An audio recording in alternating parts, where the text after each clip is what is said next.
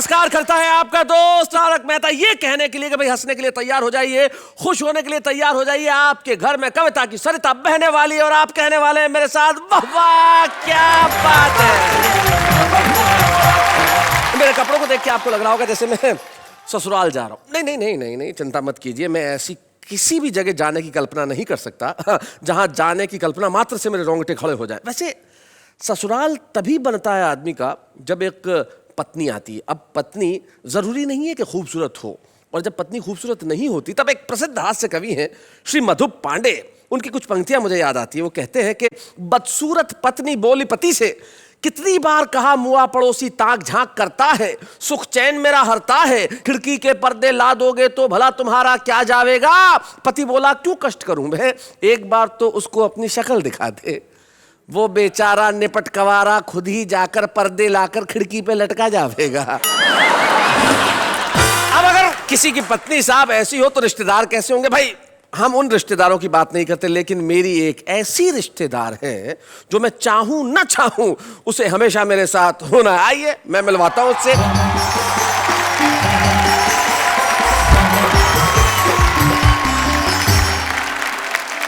आपकी अंजलि तारक मेहता आपका स्वागत करती हूँ। आपकी मतलब आपकी अंजलि तारक मेहता आपका स्वागत करती हूँ। That's better। मैं सुन रही थी कब से कि आप ससुराल के बारे में बात कर रहे थे। जी वैसे ही आज कपड़ों को देख के ससुराल याद आ गया। मैं ये पूछना चाहती हूँ कि जेल जाते वक्त लोग ऐसा क्यों बोलते हैं कि ससुराल जा रहे हैं। सिंपल सी बात है, जेल और ससुराल में कोई फर्क होता है क्या। न जेल आदमी अपनी इच्छा से जाता है, न ससुराल आदमी अपनी इच्छा से जाता है। और दोनों ही जगह की कुछ खास समानताएं होती है। जैसे कि जेल में भी वही खाना पड़ता है जो मिलता है, ससुराल में भी वही खाना पड़ता है जो मिलता है। जेल में एक जेलर होता है, ससुराल में एक ससुर होता है। जेल में जाने की तिथि नियत होती है, बाहर आने की कोई गारंटी नहीं। ससुराल से भी वापस निकलने की कोई गारंटी नहीं होती। जेल में भी साले होते हैं, ससुराल में भी साले होते हैं।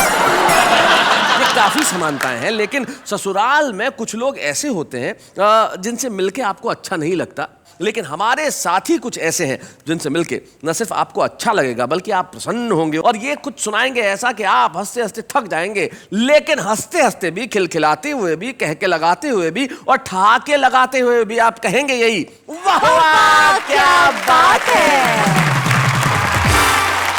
हमारे साथ हमारे तीन साथी बैठे और तीनों ही अरे मधुप जी, आप मधुप जी माफ करना, मुझे नहीं मालूम था आप आने वाले। मैंने अभी आपकी कविता सुनाई। आप वो तो नहीं सुनाने वाले ना। नहीं नहीं नहीं। हमारे साथ श्री मधुप पांडे हैं जो नागपुर से आए हैं और लगभग 45 सालों से हिंदी कवि सम्मेलन के मंचों पे कविता कर रहे हैं। भाई क्या बात है मधुप पांडे जी। मधुप पांडे जी के बाद तुक तुक बैठे हुए हैं हर जी। आप एक बार ऐसे कीजिए। वाह वाह क्या बात है। ये क्या करवाया। पिछली बार मेरी पत्नी ने कहा था एक बार उनको बोलना ऐसे करके मैं उनकी अंगूठी का डिजाइन देख लूंगा। तुम्हारी ये सरलता जो है इस पर मैं मुग्ध हो जाता हूँ। अरे सरलता से तो याद आया, इनका तो नाम ही सरल है, फारूक सरल साहब, जो उत्तर प्रदेश में एक कस्बा है लखीमपुर खीरी। नाम सुना है तुमने कभी। अभी सुना। अरे वाह क्या बात है। अध्यापक हैं अभी या रिटायर हो गए सरल साहब। बस रिटायर होने ही वाला हूँ। मतलब खुद हो रहे हैं या सरकार कर रही है। खुद कौन होना चाहता है। बताइए कि किसे सबसे पहले बुलाया जाए। ये अंकल जो कब से चुपचाप बैठे हैं ना, उनको। अंकल क्या लाइने कह दूं। जी बिल्कुल कहिए, आपको अंकल कहा है तो बनता है आपका कहना। कि बुढ़ापे में जाए कहाँ, इश्क के मारे बुढ़ापे में जाए कहाँ, इश्क के मारे डाई से एक एक बाल रंग डाला, दाढ़ी को रंगने से मुंह भी हुआ काला, और फिर भी निगोड़ी ये शैतान की खाला, मुझे अंकल ही अंकल कह के पुकारे, बुढ़ापे में जाए कहाँ, इश्क के मारे। फारूक सरल साहब, मैं जानता हूं कि आपको अभी कुछ देर आराम की जरूरत है। ये अंकल से थोड़ा बाहर निकल आइए। हम चाहते हैं बुलाना उसे जो कुछ दिनों में अंकल बनने ही वाला है, हरजीत सिंह तुक तुक। आइए।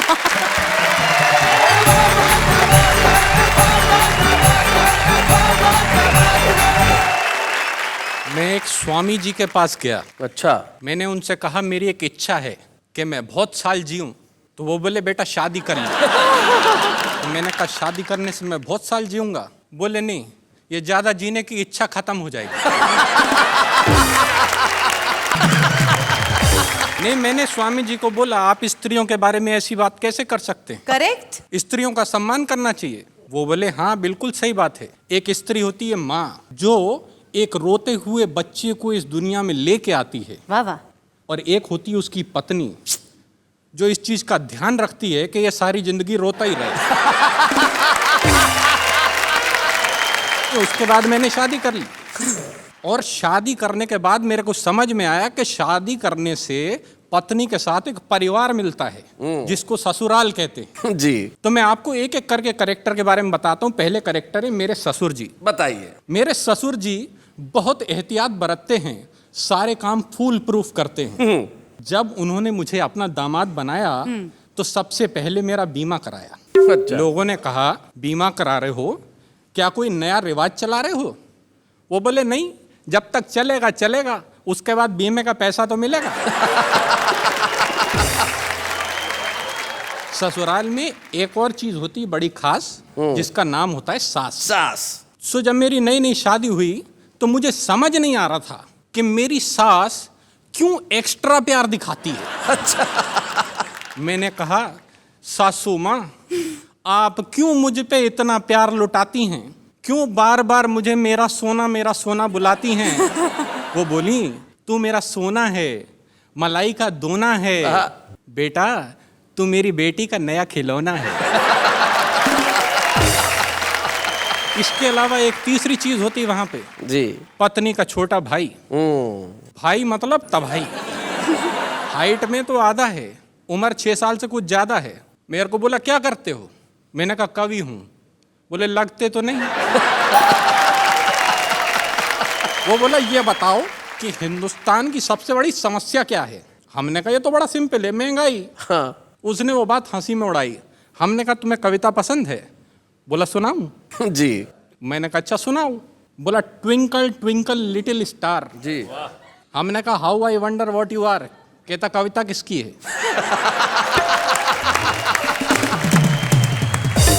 मैंने कहा तेरी है। कहता है तो मेरे हिसाब से सुनो। हाँ। Twinkle twinkle little star, Ram दीन के बच्चे 4, आने वाला है 5वां भाई, और तुम कह रहे हो बढ़ रही है महंगाई। क्या बात है। हमने कहा बहुत अच्छे। कहता तो दूसरी सुनो। बोला Humpty Dumpty sat on a wall. अच्छा। Humpty Dumpty sat on a wall, देख रहा था गोरे गोरे गाल। वोट डालने गया ना भाई, फिर पूछता है देश की ये हालत किसने बनाई? क्या बात है, बहुत अच्छे, बहुत अच्छे। हमने कहा यार सेटायर ज्यादा हो रहा है, कुछ पारिवारिक सुनाओ। सेटार ज्यादा हो रहा है। तो कहता अच्छा सुनो, जैक एंड जिल का फट गया दिल, आंखों से निकला वाटर, साथ साथ बैठ के सब टीवी देखते, नहीं बिगड़ती डॉटर। क्या बात है, वाह वाह वाह, बहुत अच्छे, बहुत बढ़िया। एक और महत्वपूर्ण अंग होता है ससुराल का पत्नी, जिसके होने की वजह से ससुराल होता है। बिल्कुल सही। तो मैं आपको अपनी पत्नी के बारे में बताता हूँ। मैं अपनी पत्नी से बहुत डरता हूँ, सारे कर्म उसके कहे अनुसार करता हूँ। हाँ। दुनिया इसे अच्छा नहीं मानती है, परंतु क्या करूं मित्रों, मेरी पत्नी जूडो कराटे जानती है। तो जब मेरी इस पत्नी ने मुझसे ये कहा कि लड़के का अंग्रेजी स्कूल में एडमिशन कराना है, मैंने कहा अंग्रेजी स्कूल में क्यों? वो बोली मुझे लड़के को कवि नहीं बनाना है। तो मुझे लड़के को लेके अंग्रेजी स्कूल जाना पड़ा। वहाँ जाकर लाइन में मैं हो गया खड़ा। 4 घंटे बाद मेरा नंबर आया। उसके बाद प्रिंसिपल ने मुझे अंदर बुलाया। बोली एक तालाब में 10 मछलियाँ थीं, 4 मर के पानी के साथ बह गईं, तालाब में कितनी मछलियाँ रह गईं? अच्छा। मैंने कहा इस क्वेश्चन में बाकी सारी बातें सही थीं, मगर आप तालाब पे क्या करने गई थी? वो बोली ये क्या बचपना है? मैंने कहा वही तो मैं कह रहा हूँ, एडमिशन मुझे नहीं मेरे लड़के को लेना है। तो बोली अच्छा ठीक है, जाने दीजिए, बाहर काउंटर पे 50,000 रुपया जमा करा दीजिए। मैंने कहा 50,000 रुपया? 50,000 रुपया तो कभी मेरी इंजीनियरिंग की फीस नहीं आई है। वो बोली मिस्टर ये इंजीनियरिंग नहीं, प्राइमरी की पढ़ाई है। क्या बात है। मुझे अपनी पत्नी का ध्यान आया। मैंने लड़के का उस स्कूल में एडमिशन कराया हाँ। और उसे पढ़ाने लिखाने का हुआ ये परिणाम है। आज पढ़े लिखे बेरोजगारों की लिस्ट में उसका भी नाम है। भला हो परिवार नियोजन वालों का, जिनके कारण एक ही लाल है, जिसे पढ़ाने में ये तुक तुक हो गया कंगाल है। जहां कमर टूट जाती है एक बच्चे को पढ़ाने में, सदियां लगेंगी उस देश को साक्षर बनाने में। भाई वाह वाह, वाह वाह, वाह, क्या बहुत बात है। भाई बहुत बढ़िया।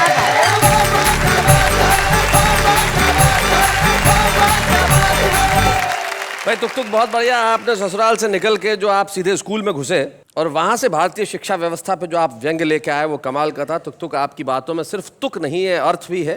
और आपका ये कहना बिल्कुल व्यर्थ नहीं है। जो आप कह रहे हैं वो बहुत मुफीद कह रहे हैं, बहुत सच्चा कह रहे हैं, बहुत अच्छा कह रहे हैं। आपके लिए वाह वाह, क्या बात है। ऐसी शिक्षा व्यवस्था में भी जो आदमी अपनी हंसी और व्यंग की जो पकड़ है वो मजबूत रखता है, बच्चों को पढ़ाता भी है, कविताएं भी पढ़ता है और पूरी जनता को हंसाने का बीड़ा जिसने उठा रखा है, उनका नाम फारूक सरल है। तो फारूक सरल साहब, अब तो अंकल का सदमा उतर गया ना, अब आइए जरा सुनाइए।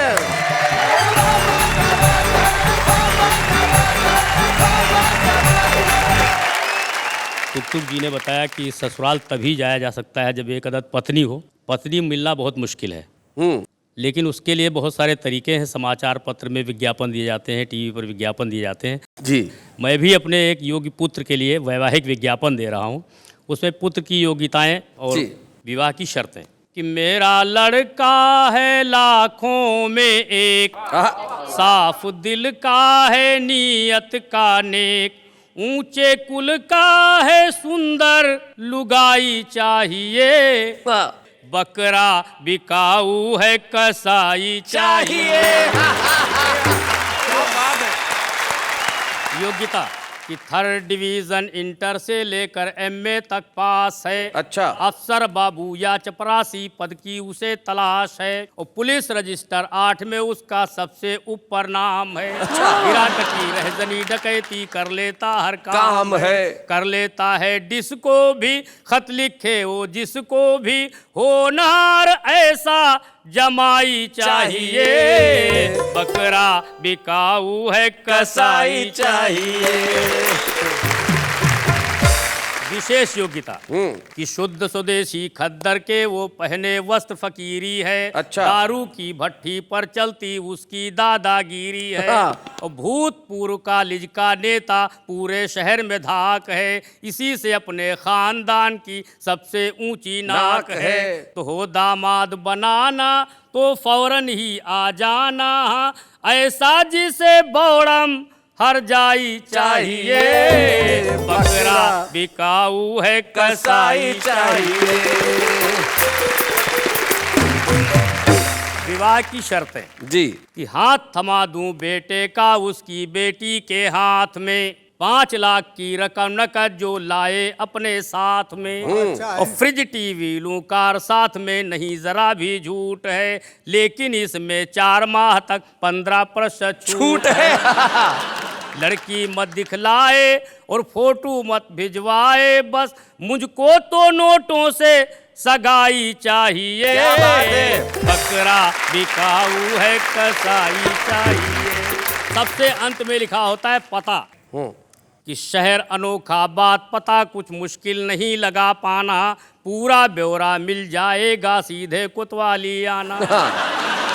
10 रुपया मुंशी को देना, हम तक वो पहुंचा देगा, 2 रुपया लेकर के जेलर फौरन तुम्हें मिला देगा। बस इतनी मजबूरी है लेकिन जरूरी है, पहले सगाई के रिहाई चाहिए, रिहाई चाहिए। बकरा बिकाऊ है, कसाई चाहिए। इतनी जगह जगह विज्ञापन दे रहे हैं, जरा तनिक इधर भी देखिए, क्या ख्याल क्या है? देखिए, ऐसा नहीं है पत्नियों पर ही व्यंग किए जाते हैं। इस समय हम लोगों की हालत ऐसी नहीं है कि इन पर व्यंग किया जाए जी, बल्कि ये सारी बातें इनकी माननी चाहिए इस महिलाओं समय। की। हाँ, अगर ऐसा नहीं करेंगे तो क्या क्या हो सकता है मैं बता रहा हूँ। मैं इनका पक्ष रख रहा हूँ अच्छा, इनका पक्ष रखे। कि मुझको बलम जो सताओगे, मुझको बलम जो सताओगे, तो जेल में ही तसला बजाओगे। तो जैसा कहे करो तुम वैसा रंग ढंग बदलो सैया। अच्छा। मेरे साथ में ईलू ईलू गाओ छैया छैया। और झाड़ू पोछा करो सवेरे उठ के चाय बनाओ। और पहले बर्तन साफ करो फिर कभी सम्मेलन जाओ। नहीं मानोगे कहा तो पछताओगे, जेल में ही तसला बजाओगे। ये सावधानी बहुत जरूरी, बाहर निकल। Very good, very good. Delhi, Mumbai, Poona, Patna, Chennai या गुवाहाटी, मोटी पतली काली गोरी लंबी हो या नाटी, और कैसी भी हो छमक छल्लो छैल छबीली बाकी, और किसी कलमुही से भी तुमने की जो ताका झांकी, कहीं राह में जो नए ना लड़ाओगे तो जेल में ही तसला बजाओगे। इस समय हम पुरुषों के पक्ष में कोई है नहीं, बहुत सावधानी बरतनी है। न्यायालय, सरकार, पुलिस, अखबार, मीडिया जाने। अच्छा। नारी, अबला, उत्पीड़ित, असहाय, दलित जग माने। ओहो। और मानेगा ये कौन कि हमने डांटा है फटकारा, और किससे जाकर कहोगे तुमको पत्नी ने है मारा। कहीं ढूंढे गवाही न पाओगे, जेल में ही तसला बजाओगे। कलम जो सताओगे, जेल में ही तसला बजाओगे। फारूक साहब, आपके लिए दिल से वाह वाह, क्या बात है। वाह वाह फारूक साहब, आपके गीत का क्या असर हुआ कन्या पे कि फारूक अंकल से सीधे फारूक साहब हो गए। भाई वाह वाह वाह, इसे कहते हैं तात्कालिक असर गीत का। नहीं, पर गलत बात है। गलत बात है सरदार जी। शादी करने के लिए क्वालिफिकेशन नहीं चाहिए होती, ये सोच की बात है जी। एक बार एक कौवे ने जाके शेरनी को प्रपोज कर दिया। कौवे ने शेरनी को प्रपोज किया। हाँ, कर सकते, क्या दिक्कत है। जी। शेरनी बोली कौवे को, तू अपनी शक्ल देख, अपना रंग देख, अपना साइज देख। कौवा बोला ये सब साइड में रख, मेरा कॉन्फिडेंस देख। कॉन्फिडेंस किसको कहते हैं? देखो, एक चूहा तेजी से दौड़ा चला जा रहा था तो बंदर ने पूछा कहाँ जा रहे हो, क्यों इतना घबरा रहे हो? तो चूहे ने कहा बताऊं, बहुत बड़ा चक्कर है, शेर की बीवी घर से भाग गई है, शक अपने ऊपर है। मधुप जी निश्चित तौर पे एक ऐसे कवि है जिनकी ताकत उनके श्रोता रहे हैं, और मुझे याद है वो जमाना जब डंका बोला करता था मधुप पांडे। हिंदी कवि सम्मेलन महाराष्ट्र में मतलब मधुप पांडे। आज भी उनकी वही चमक बाकी है, वही दमक बाकी है, आवाज में वही खनक बाकी है, और आपके लिए हमारे पास वही तालियां बाकी है। मधुप पांडे जी आइए।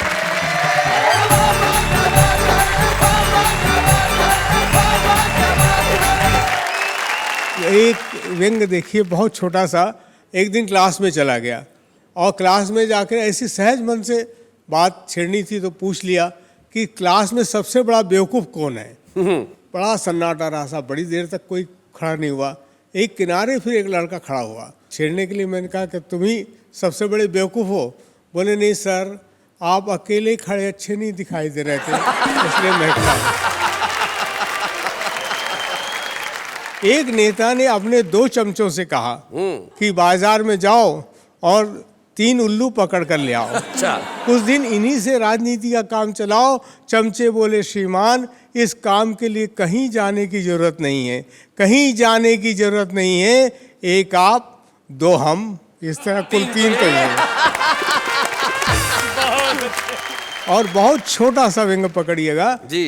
एक शब्द को पकड़ लीजिएगा, बहुत दिन गुना। बहुत दिन गुना, और बाद में हमने उनको चुना यह सोचकर कि वे समाज सेवा में अपना जीवन अर्पण करेंगे, हमारा मार्गदर्शन करेंगे। परंतु हाय, चुनकर आते ही उन्होंने अपने आप को राजनीति से जोड़ लिया। अरे मार्गदर्शन तो दूर रहा, मार्ग में दर्शन देना भी छोड़ दिया। क्या बात है भाई, वाह वाह वाह, बहुत अच्छा।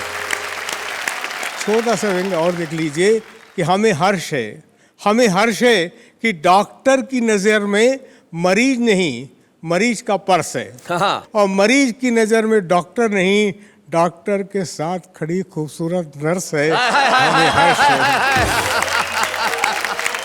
जब ससुराल की बात छेड़ दी इन्होंने तो एक अंश इन्होंने सुना दिया जी। क्या क्या पराक्रम कर सकती है पत्नी जी। विदा समय में माँ की बहुत लाडली बेटी फूट फूट रोती थी ऐसे, मरघट को जाती हो जैसे। अच्छा। तो दुखी बाप ने गले लगाकर कहा उसे बहुत समझाकर, तो बेटी बोली, दुख दर्द सब सह जाऊंगी, पर मेरे बापू ये माँ के बिन ना रह पाऊंगी, माँ के बिन ना रह पाऊंगी। तो बापू बोला, बेटी तू अब जाते जाते इतना सुख मुझको भी दे जा, पति घर अपने साथ साथ ही अपनी इस माँ को भी ले जा।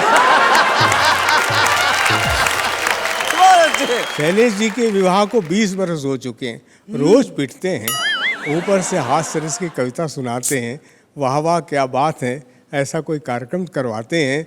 अजी ये तो हम हैं, इतनी बड़ी रिस्क उठा रहे हैं, अभी अभी पिट कर आए हैं और फिर पिटने जा रहे हैं।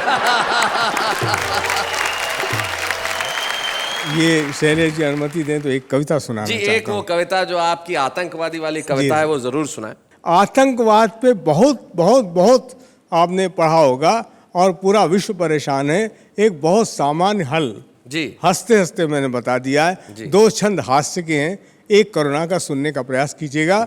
अरे मैंने कहा आतंकवाद, अरे आतंकवाद है तो फिर आतंकवादी से सीधे बात कर लेते हैं। अरे आतंकवादी, तू एक बार, बस एक बार कर ले शादी।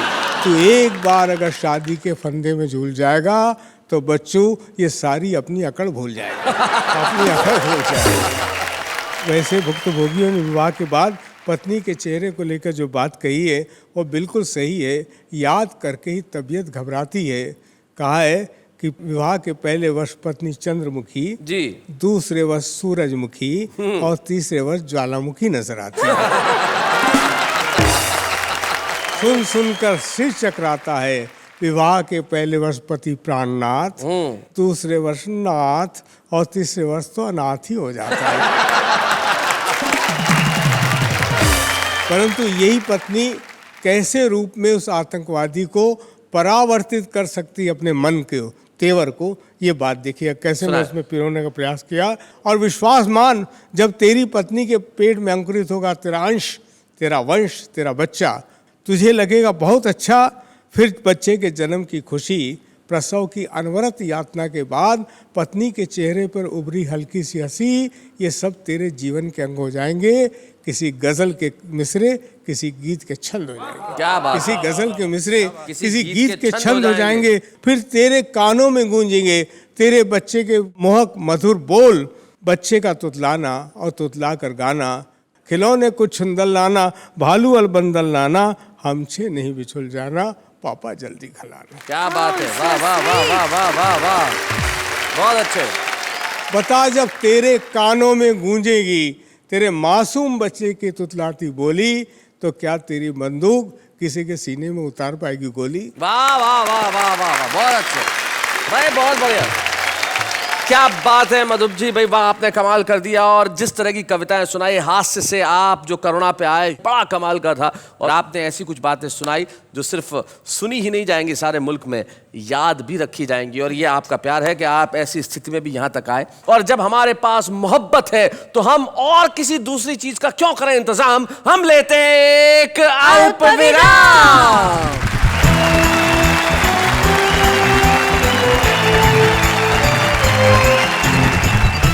फिर से आपका उसी महफिल पे जहां पे हंसी खुशी और कविताएं हैं और जिसका नाम है वाह वाह क्या बात है। मैं आपसे कुछ पूछना चाहती हूँ। आप इसके सिवाय करती भी क्या है? पूछिए पूछिए थैंक जी। यू।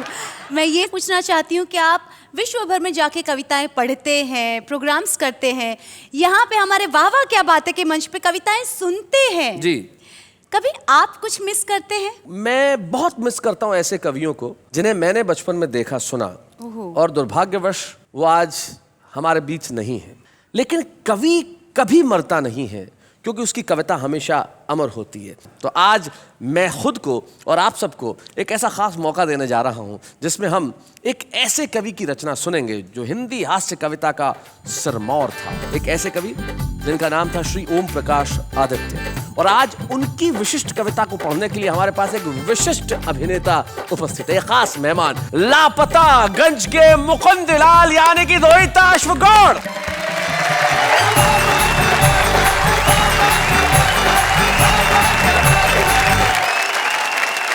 पेशे से अभिनेता हूं, कवि नहीं, लेकिन शुरू से ही बहुत अच्छा श्रोता रहा।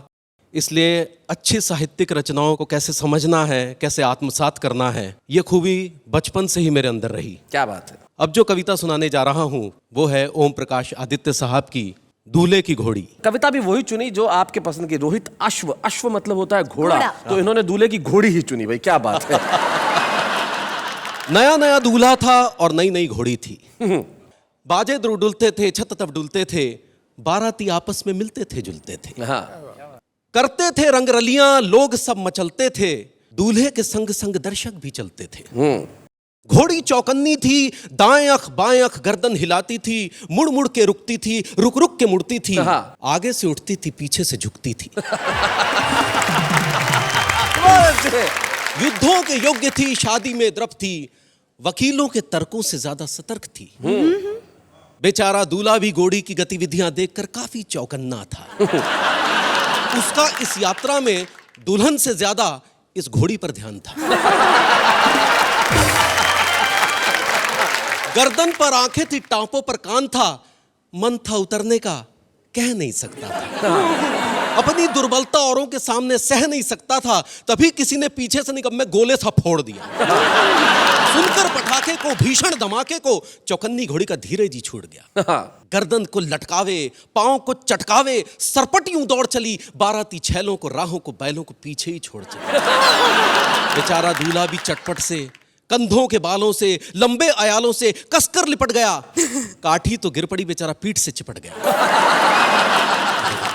बाराती भीड़ में, भगदड़ में, कोलाहल में तितर बितर हो गए। घोड़ी चढ़े दूल्हे को देखने सड़कों में, गलियों में, चौराहों में इधर उधर खो गए। कईयों ने देखा भी घोड़ी चढ़े दूल्हे को, आवाजें दी कितनी, रुक जाओ रुक जाओ। पर दूल्हा क्या कहे, वो घोड़ी थोड़ी था जो सुन के रुक जाता।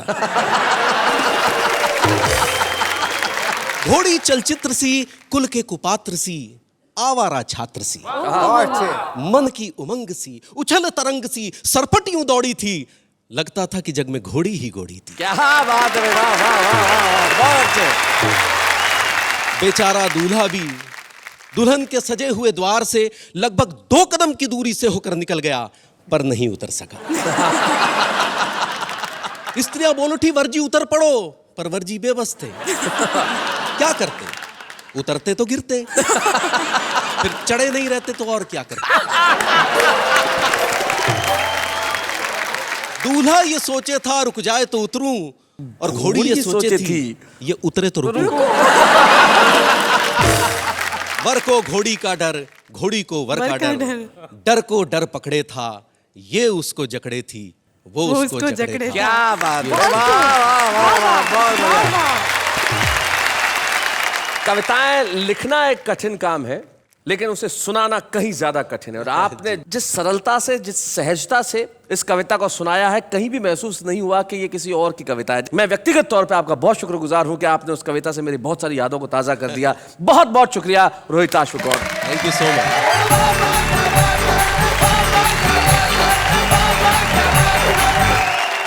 रोहित अश्व जी ने कितनी बेहतरीन तरीके से कविता पढ़ी। बेशक। क्या आज भी ऐसे कविताएं लिखी जाती है? देखिए, कविताएं ऐसी लिखी जाती है नहीं, ये एक बहस का विषय हो सकता है, लेकिन सबसे बड़ी चीज ये है कि कविताएं लिखी जा रही हैं। ऐसे बहुत सारे छुपे रुस्तम हैं जो न जाने कहाँ कहाँ छोटे छोटे गांवों में, कस्बों में है, लेकिन बहुत अच्छी कविताएं लिख रहे हैं। और आज एक बेहद छोटे से गांव मध्य प्रदेश में बेटमा से हमारे बीच में एक ऐसा कवि आता है जिसमें भरपूर संभावना है। वो आज छुपा रुस्तम जरूर है, लेकिन निश्चित तौर पर कल वो एक बड़ा नाम होगा। संजय खत्री, बेटमा से।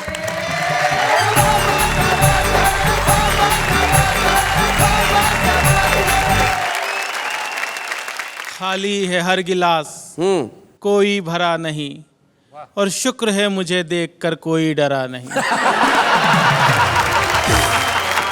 भाई साहब, जनरली इंसान चेहरे और नाम से पहचाने जाते हैं जी। मैं विश्व में पहला ऐसा व्यक्ति हूं जो केवल अपने दांतों से पहचाना जाता हूं।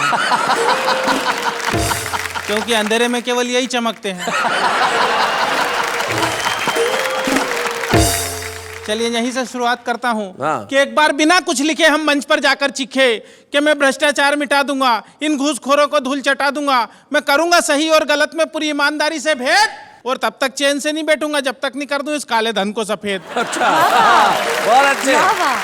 तभी पब्लिक में से खड़ा होकर बोला, भाई साहब रुकावट के लिए खेत, आपके कथन में ये भेद, इस काले धन का जो करना हो करना बाद में, पहले अपने आप को कर लो सफेद।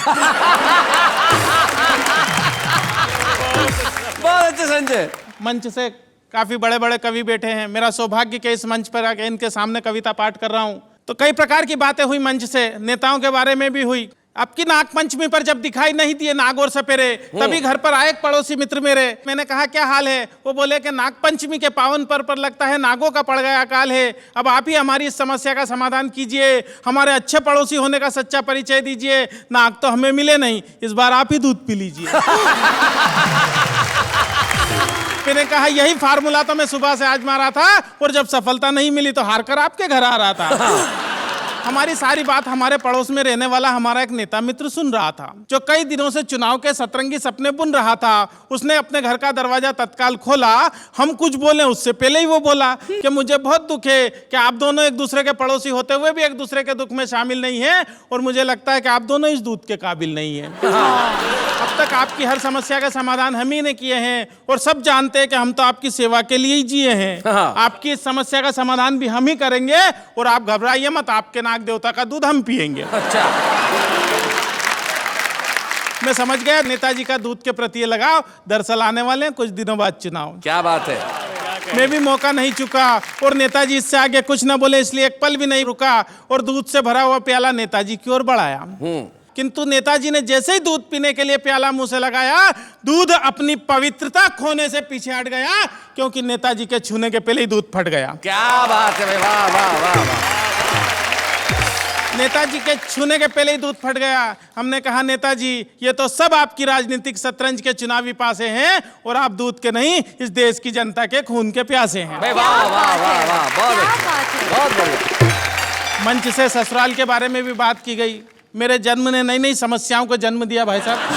तो मेरे जन्म के तुरंत बाद एक चिंता मेरे बापू को सता रही थी, क्योंकि मेरे भविष्य से ज्यादा उन्हें मेरी शादी की फिक्र खा रही थी। मेरे जन्म के तत्काल बाद मेरे पिता भगवान से बोले कि हे भगवान, तूने एक ऐसा खेल खेला और एक बेटा दिया तो वो भी काला था पहले। एक दिन मेरे पिता मुझे हाथ पकड़ कर ले गए स्कूल में भर्ती कराने के लिए। तो स्कूल का प्रिंसिपल हाल में आकर बोला कि एक आइटम आया है स्कूल में बच्चों को डराने के लिए। हमने जैसे तैसे शिक्षा का स्वाद चखा, और धीरे धीरे जवानी की दहलीज पर कदम रखा। जवानी में पहुंचकर हमारी सूरत और भद्दी हो गई, क्योंकि शारीरिक अंगों में असामान्य वृद्धि हो गई। एक दिन एक लड़की वाले आए मुझे देखने, और मेरी खूबसूरती पर लगे अपनी आंखें सेकने। जाते जाते वो मुझे हक्का बक्का कर गए, हाथ में 500 का नोट धरा और रिश्ता पक्का कर गए। मैं गया तोरण के पास, तो आरती की थाली लिए खड़ी हुई थी मेरी सास। ससुर जी बोले जमाई जी पैदल ही आए हो, घोड़ी नहीं लाए हो? मैंने कहा ससुर जी घोड़ी की किस्मत जाग गई, और मुझे देखा तो वो भी डर के भाग गई। शादी के बाद का दृश्य तो और भी कमाल था। डर के मारे मेरा बुरा हाल था। मैंने जैसे ही पत्नी का घूंघट उठाया तो वो मुझे देखकर मुस्कुराई, न डरी, न चीखी, न चिल्लाई। अच्छा। उसकी मुस्कुराहट देखकर मेरे भी मन का खौफ भगा, और मैंने पूछा क्या बात है, तुम्हें मुझे देखकर डर नहीं लगा? पत्नी बोली मैं एक नहीं, दो नहीं, पूरे 7 जन्मों के लिए आपसे बंधी हूँ, और डरने की क्या बात है, मैं तो जन्म से ही अंधी हूँ। तो भाई साहब इस प्रकार की घटना घट जाती है मेरे साथ में। मैं कहना चाहता हूँ बात ही बात में, ये बात हर कोई नहीं जानता है। दरअसल देश के नेताओं में और हम में बहुत समानता है। अच्छा। हम दोनों जग से निराले हैं, फर्क बस इतना है कि हम तन के और वो मन के काले हैं। क्या बात है, वाह वाह वाह। मन के काले हैं। और तमाम बातें करने के बाद अपनी काव्य यात्रा यहाँ से खत्म करना चाहूंगा कि गरीब के मुंह से छिनते निवाले देखे हैं, हमने रोटी सेकती हुई माँ के हाथों में चाले देखे हैं, और हम तो सिर्फ तन के काले हैं मित्र मेरे, हमने तन के उजले लोगों के मन बहुत काले देखे। क्या बात है, वाह वाह वाह। संजय खत्री जो आज छुपे रुस्तम के रूप में हमारे बीच में आए, बेटमा नाम के एक छोटे से गांव से, लेकिन छोटे से गांव में भी प्रतिभा हो सकती है। और हमें बड़ी खुशी है संजय खत्री, इस मंच पे हम आपको एक ऐसा प्रोत्साहन देना चाहते हैं, आपको एक ऐसा प्रतीक चिन्ह प्रदान करना चाहते हैं जिसे लेके आप और अच्छी कविताएं गढ़ें, आगे बढ़ें, यहाँ से लेके वहां तक की यात्रा के लिए एक बार हम आपका सम्मान करेंगे और कहेंगे वाह वाह क्या बात है।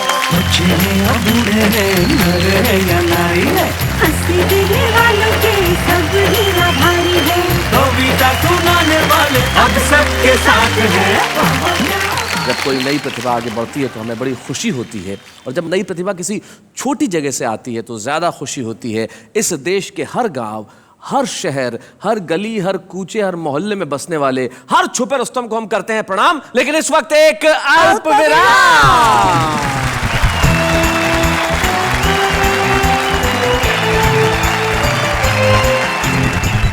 स्वागत है फिर से आपका उसी महफिल में जहां पे हंसी, खुशी और कविताएं हैं, और जिसका नाम है वाह वाह क्या बात है।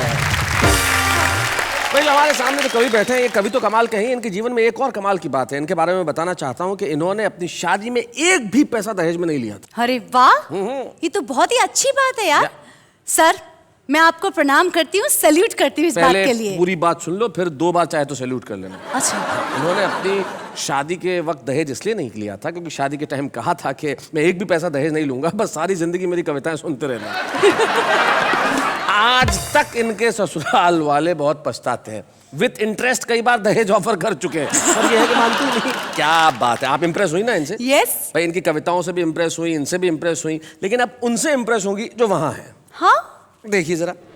जा रहे मिस कॉल, उन्हें याद दिलाना है, लौटते समय सब्जी और राशन लाना। कोई उनको दे दे जरूर ये पैगाम, अब न बढ़ाएं सिलेंडरों के दाम। हम तो रात को जागते हैं, सुबह को सोते हैं, इसलिए हमारे सारे काम उल्टे होते हैं। शेर सुनाने वाले तुझे क्या इनाम दूं, ये शेर सुनाने वाले तुझे क्या इनाम दूं, क्या हाथ में थैंक यू कार्ड और मुंह में बनारसी बांधूं।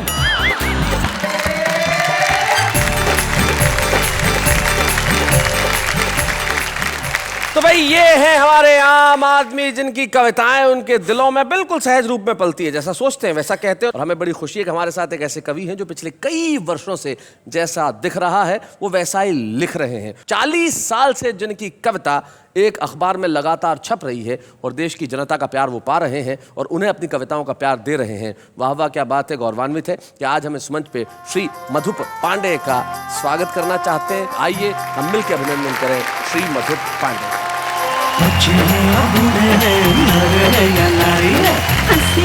वालों के सब ही आभारी है, कविता सुनाने वाले अब सबके साथ है। बाबा क्या बात है, बाबा क्या बात है। और हर सफल पुरुष के पीछे एक स्त्री का हाथ होता है, इसमें कोई शक नहीं। और मधुप जी के जीवन में भी उनकी पत्नी मधुलिका भाभी उनका हमेशा साथ रहा, सहयोग रहा, और आज भी वो उनके साथ है। मधुलिका भाभी, कितने वर्ष हुए आपके विवाह को? 50 के आसपास हो ही रहे। कोई ऐसा वाकया, कोई ऐसा क्षण जो आपको याद आता हो? जैसे काका हाथरसी पुरस्कार मधुप जी को मिल रहा था जी, तो हमारे उसी दिन समारोह के दिन हमारे शादी को 25 साल हो गए थे। अच्छा, आपकी सिल्वर जुबली थी? जी, सिल्वर जुबली थी। तो काका जी ने मुझे आवाज दे के मंच पर बुलाया और कहा कि मधुप जी को ये सम्मान जो मिला है उसके पीछे निश्चित ही हमारी बहू का ही हाथ है, तो मैं चाहूँगा कि सबके सामने मधुप जी इनके चरण छुए और उसके बाद ही ये पुरस्कार ग्रहण करें। अरे फिर क्या हुआ? तो वैसा ही काका जी की आज्ञा का पालन किया मधुप जी ने और झट से हमारे चरण छू लिए। क्या बात कर रही हैं? तो मधुप जी, आपसे एक सवाल करना चाहूंगा, बुरा मत मानना। काका जी तो आपसे बड़े थे, आपने उनकी आज्ञा का पालन किया, छोटों की बात भी मानते हैं क्या? क्योंकि सम्मान तो आज भी हुआ है। क्या क्या बोलते हैं मधुप जी, हो जाए? क्या बोलते हैं? मैं चाहूंगी कि आज मैं इनके चरण। क्या बात है भाई, वाह, बहुत बढ़िया। अंततः किसी शायर के 2 शेर मुझे याद आते हैं। वो कहते हैं कि कष्टों में मुस्काना सीख, गुस्सा जरा दबाना सीख, तूफानों से क्या डरना, आगे कदम बढ़ाना सीख। तो हम इसी तरह से आगे कदम बढ़ाते रहेंगे। आपको ठीक रात, शनिवार की रात 10 बजे और रविवार की रात को भी 10 बजे ऐसे ही कविताएं सुनाते रहेंगे और कहते रहेंगे वाह वाह क्या बात है।